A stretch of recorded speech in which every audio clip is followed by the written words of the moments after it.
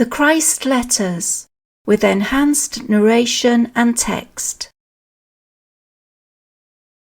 Letter 8.4. Treasure your times of divine revelation. I must make it clear that my words have been mistranslated in the Gospel.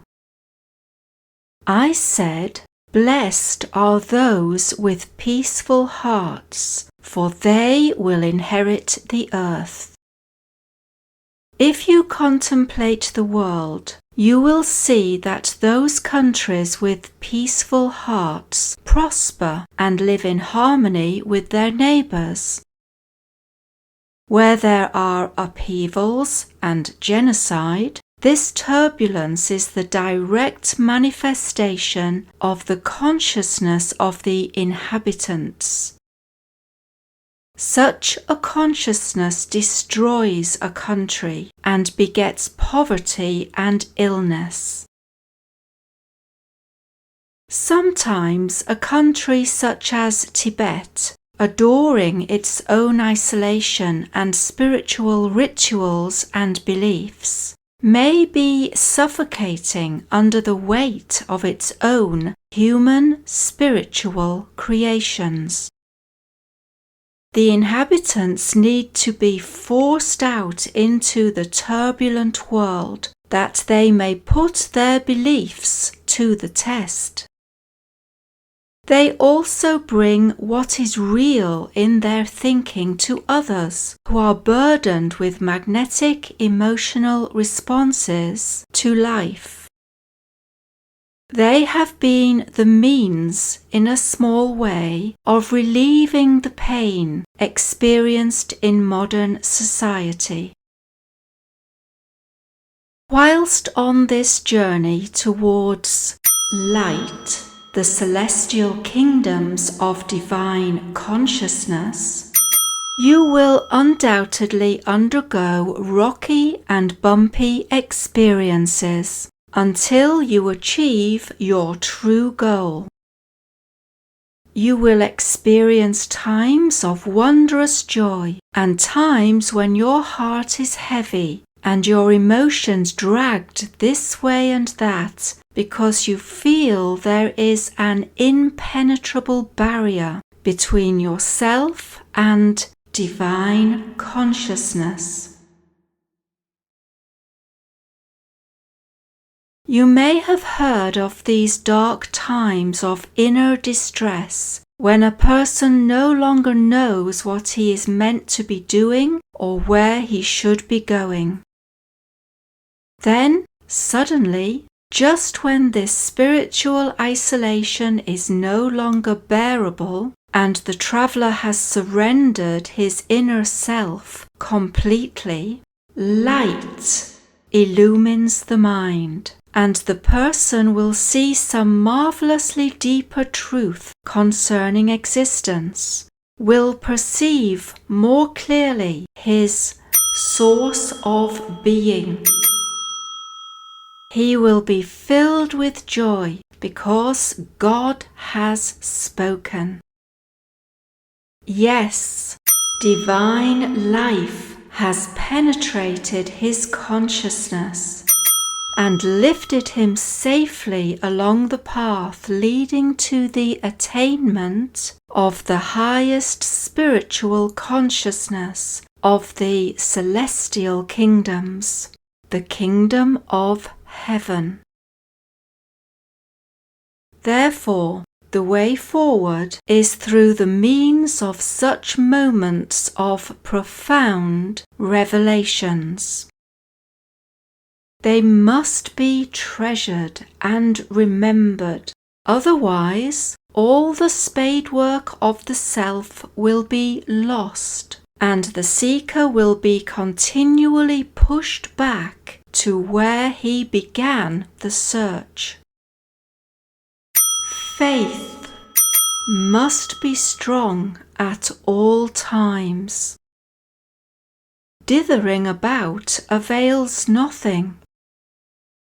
When I descend into your planes or dimensions of consciousness, I have seen seriously inclined seekers of truth, uplifted for a few hours and joyfully telling people of their experience, and then, a little while later, doubting what they were so certain they had received earlier. This slows down the process of spiritual development. These times of doubt should be strenuously resisted and overcome by meditation and prayer. For what is doubt but an undermining of what you have known and believed in? Doubt is a negative creative consciousness force directed against the very experience of divine life, which lifted your spirit on high.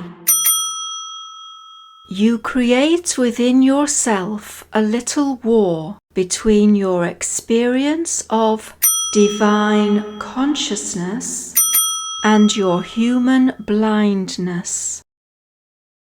You will probably destroy the memory of that divine moment and erase all vestiges of spiritual upliftment and development it brought into your consciousness. This conflict will leave you feeling jaded and dispirited, and you will probably never realize that all alone and unassisted, you have wrought this negative transformation in yourself.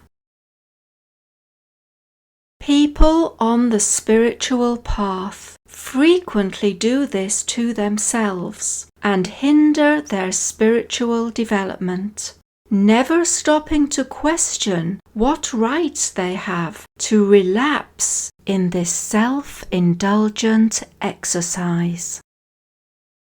People use their minds recklessly, blighting their lives and the lives of other people with their thoughts and words arising from their ego drive.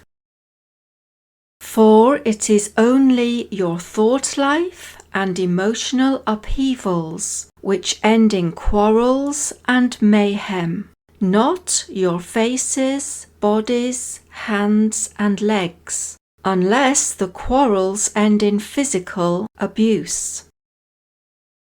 But even bodily conflict has its origins in the frustration of the ego within mind and emotions, and conveyed to the limbs to vent the uncontrollable wrath.